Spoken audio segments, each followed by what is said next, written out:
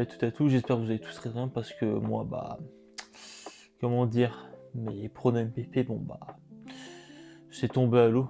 J'ai pas d'autres mots pour expliquer cela. La France passera à l'Espagne, oui, bien sûr. L'Angleterre va passer à l'Argentine parce qu'ils sont carbo physiquement, oui, bon, ça s'est vu sur le match. Bon, rien de plus à dire. Par contre, ce qui est bien, c'est que j'avais prédit en soi les bons matchs, hein. France-Angleterre. Bon, c'est pas la finale, enfin, c'est la finale pour la médaille de bronze, mais voilà, j'avais prédit le bon match. J'avais aussi prédit Espagne-Argentine, donc techniquement ça passe, non? Bref, on va pas se trouver d'excuses, voilà. J'avais mis France qui passait, j'avais mis l'Angleterre qui passait pour une finale France-Angleterre, ce qui aurait été inédit, ce qui aurait été un remake du dernier match, du dernier quart de finale qu'il y a eu entre la France et l'Angleterre il y a 4 ans. Au final, ce sera juste pour la médaille de bronze. En tout cas, voilà, un bon moyen pour Deschamps de finir avec un dernier match, une dernière victoire avec son équipe. Enfin, un Espagne-Argentine. Alors honnêtement, ça devait être la finalissima. Je pense que je vous en avais déjà parlé dans une dernière vidéo. Il devait y avoir une finalissima en mars. Au final, ça a été annulé pour plusieurs raisons, notamment le fait que les deux équipes n'avaient pas réussi à se mettre d'accord sur le choix du stade. Donc au final, au moins, voilà, il y aura finalement un Argentine-Espagne pour la finale de Coupe du Monde. Donc voilà, c'est mieux que rien. Pour ce qui est de la France, j'ai pas envie de dire qu'on méritait mieux parce qu'honnêtement, même après le premier but et le début de la seconde mi-temps jusqu'à la fin du match, on a rien proposé. Je m'attendais à, comme tout le monde, une réaction des hommes de Deschamps, mais au final, il n'en est rien. On a clairement vu une équipe d'un côté. Et de l'autre, on a vu une équipe qui s'en mettait souvent à ses individualités, sauf que bon, ça n'a pas marché. Mbappé, il a été cadenassé par Koubarsi notamment. Dembélé, malheureusement, voilà. Olysée, depuis 2-3 matchs, c'était pas la forme, mais là, ça s'est clairement vu. Oui, son entrée, elle est catastrophique, notamment son occasion. Alors, il me semble que c'était entre la 75e et la 80e, lorsqu'il veut tenter le tir, c'est-à-dire, il a la balle, il s'avance. Au lieu de passer à sa droite, parce que je sais plus qui allait vers les cages, il place son ballon, il essaie de tirer. Au final, ça touche le gardien, et puis une occasion de gâcher et une occasion de remettre un peu de l'espoir pour l'équipe, mais au final, il n'en est rien. Blessure de Saliba aussi, j'en parle même pas. 4 à 5 mois, ça va être très très dur. À voir ce que Arsenal va faire pendant cette période de mercato, mais à mon avis, ça sent pas très bon, surtout que c'était une blessure au dos, donc affaire à suivre. Bon, évidemment, comme tout le monde, le remplacement de Rabiot, alors je peux comprendre qu'il avait un carton jaune et que Deschamps voulait pas prendre de risques, mais bon, Tchouaméni, voilà quoi, c'est compliqué c'était encore compliqué contre l'Espagne. À voir à son retour au Real Madrid, mais bon, je pense que Mourinho et son staff ont pu voir le match, donc à voir ce que eux aussi feront de lui. Puis voilà, je pense, dernier truc, Lucas Digne, match compliqué, concède le penalty, s'est fait bouffer par Yamal pendant tout le match. Il a fallu un Théo Hernandez pendant 20 minutes, et pourtant c'est pas le meilleur des Théo Hernandez qu'on ait pu voir, mais bon. En tout cas, ce qui est sûr, c'est qu'on méritait pas plus. Donc, rien à dire. Pour ce qui est d'Angleterre-Argentine, j'ai beaucoup de choses à dire. Alors déjà, première mi-temps, c'était assez équilibré, on peut le dire, hein. C'était 50-50, les joueurs se rendaient coup pour coup, que ce soit d'un côté comme de l'autre. Vient la seconde mi-temps, but d'Anthony Gordon qui, franchement, était pas mauvais durant cette Coupe du Monde. Alors, c'était pas non plus le meilleur anglais de la compétition, mais c'est quelqu'un qui a été plutôt intéressant, donc à voir ce qu'il va faire avec Barcelone. De son côté, Scaloni répond, hein, Gonzalez, De Paul, Montiel, Otamendi, Lautaro Martinez, un peu équilibré, avec notamment Otamendi et Montiel qui essaient de rapporter un peu de l'assise défensive, et un Gonzalez, De Paul et Martinez pour vraiment attaquer vers l'avant. Côté de Tourelle, les changements viennent très très tard. Son premier changement, c'est à 72e, et tu te dis, il va faire rentrer peut-être un joueur offensif, vu qu'il n'y a que 1-0. Contre ça, Burn et O'Reilly. Les deux derniers, c'était à la 82e. Pour rappel, il n'y a que 1-0. Je m'aurais dit, ok, l'Angleterre est en infériorité numérique, ça se passe pas vraiment bien pour les zones de Tourelle. On va jouer la défense, vraiment, on va bétonner derrière, parce que voilà, il y a un score à préserver, on est en infériorité numérique. Ok, pas de souci, mais là, tu mets 1-0. Il reste au moins 40 minutes, parce qu'il y avait beaucoup, on sait que dans cette Coupe du Monde, il y a beaucoup de temps additionnel. Et au lieu de te dire, vas-y, on va encore attaquer, essayer de creuser l'écart au score, et non, qu'est-ce qu'il fait ? Il a bétonné, la suite, vous la connaissez. Messi est replacé du côté droit parce qu'au centre, il avait beaucoup de mal.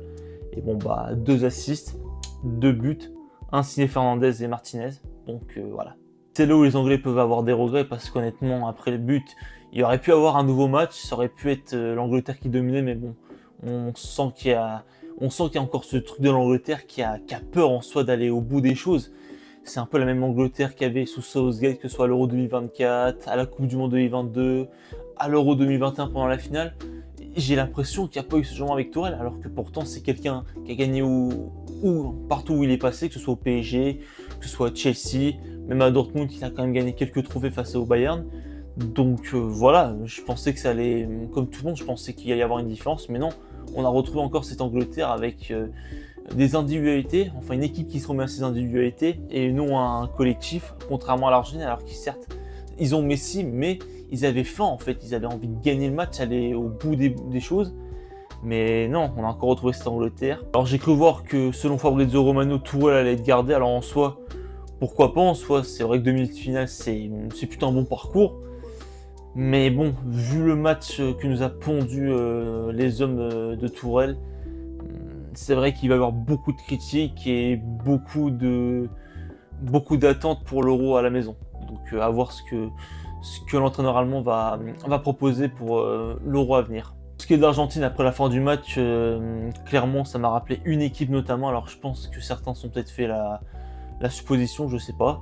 Mais pour moi, elle me rappelle vraiment cette équipe du Real Madrid en 2022, durant la Ligue des Champions. C'est-à-dire, c'est une équipe qui concède beaucoup de buts. Donc voilà, il n'y a pas beaucoup de clean sheet. Mais c'est une équipe qui n'est pas encore morte, qui peut se créer un mini-espoir. Et ce mini-espoir se transforme. Et au final, bah, ils arrivent toujours à se relever et à concrétiser leur action et à finir le match en fait. Également une équipe de vieux briscards qui a pourtant tout gagné, voilà, Otamendi, Lautaro Martinez, Messi, Emiliano Martinez, il y a eu beaucoup de joueurs qui ont été présents en 2022, qui sont encore présents aujourd'hui et qui ont encore faim, notamment la Pulga qui a sorti un très gros match sur son côté droit. Et c'est clairement le Real Madrid 2022 avec les Kroos, les Modric, les Benzema, les Dani Carvajal, tous ces joueurs qui ont déjà gagné des Ligues des Champions, qui n'ont plus rien à prouver et qui ont encore faim de titres. Et c'est vrai que la comparaison, elle vaut le coup, honnêtement. Et ce qui est impressionnant quand on fait le comparatif entre ces deux équipes, c'est qu'il y avait toujours un leader qui y croyait jusqu'à la fin. Pour le Real Madrid, en 2022, tu avais Benzema qui à chaque fois te sortait un but ou une passe décisive sortie de je ne sais où. Et de l'autre, tu as Messi qui a 39 ans, qui a pourtant tout gagné, une Coupe du Monde, un Ballon d'Or, je crois qu'on n'a pas besoin de faire son palmarès. Et qui pourtant a encore faim, voilà, il a 39 ans, il joue comme s'il en avait 28, c'est lui l'homme providentiel de ces Coupes du Monde et de son équipe, et honnêtement, bah, il n'y a rien à dire, honnêtement, ça force le respect, tout simplement. Pourtant, cette équipe argentine, elle a l'air plus faible physiquement sur le papier, parce que comme j'ai dit, c'est une équipe de vieux briscards, voilà, certains sont pas loin de la quarantaine comme Otamendi, c'est des gars qui étaient déjà présents en 2022, et pourtant, c'est ça qui est incroyable, ces gars ont encore faim. C'est pas un meilleur collectif que l'Espagne, et pourtant, c'est des gars qui ont vraiment faim d'une deuxième Coupe du Monde et qui veulent ramener une quatrième Coupe du Monde au pays. Ça, c'est impressionnant en fait comme mentalité. Donc voilà, j'ai plus rien à dire, honnêtement, je pense que j'ai tout dit. Je vais maintenant passer à mes pronostics du côté de la troisième place. Je vois une victoire de la France 3-1. Je pense que bon, c'est un match évidemment qui va pas attirer grand monde, évidemment c'est le match de la troisième place, mais pour la France c'est un bon moyen de dire au revoir à Didier Deschamps et à ses 14 années passées sur le banc des Bleus, donc en espérant qu'on ait une dernière victoire avec lui pour finir l'aventure en beauté. Et enfin pour ce qui est de la finale, alors c'est difficile à dire, mais comme le Real Madrid de 2022, alors peut-être que je me fais des films, on ne sait pas.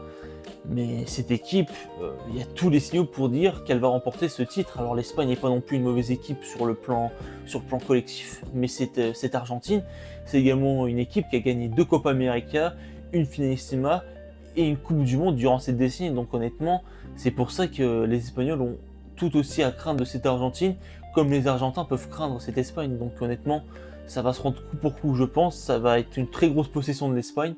Mais personnellement, je vois un score serré, 2-1 pour l'Argentine, donc voilà, je pose ça là. Je me dis que ça va être compliqué pour les Argentins, mais je sais pas pourquoi il y a tous ces signaux, que ce soit contre l'Égypte, la Suisse, le Cap-Vert et autres. ils arrivent toujours à s'en sortir parce qu'il y a toujours ce mini-espoir, ce petit coup de génie de Messi qui arrive à leur faire sortir la tête de l'eau. Donc honnêtement, oui, je pense que ça va être très difficile, mais honnêtement, ce serait pas déconnant de voir l'Albi Céleste remporter une 4ème Coupe du Monde. Bref, voilà, merci à vous de m'avoir suivi pour cette vidéo, j'espère qu'elle vous aura plu. Encore une fois, c'était assez rapide, j'essaye de faire mes vidéos courtes parce que bon, il n'y a pas vraiment grand chose à dire, je pense que vous aussi, vous êtes fait la même réflexion. L'Espagne a clairement dominé l'équipe de A à Z, l'Argentine était quasi morte, mais au lieu de les finir, bah, les Anglais ont préféré reculer, et au final, ça s'est retourné contre eux, donc rien à dire sur ce point-là. Et puis voilà, tout simplement. En tout cas, passez un bon week-end. Profitez bien de ces 2 derniers matchs de cette Coupe du Monde et on se retrouve prochainement pour une nouvelle vidéo. Allez, bonne soirée.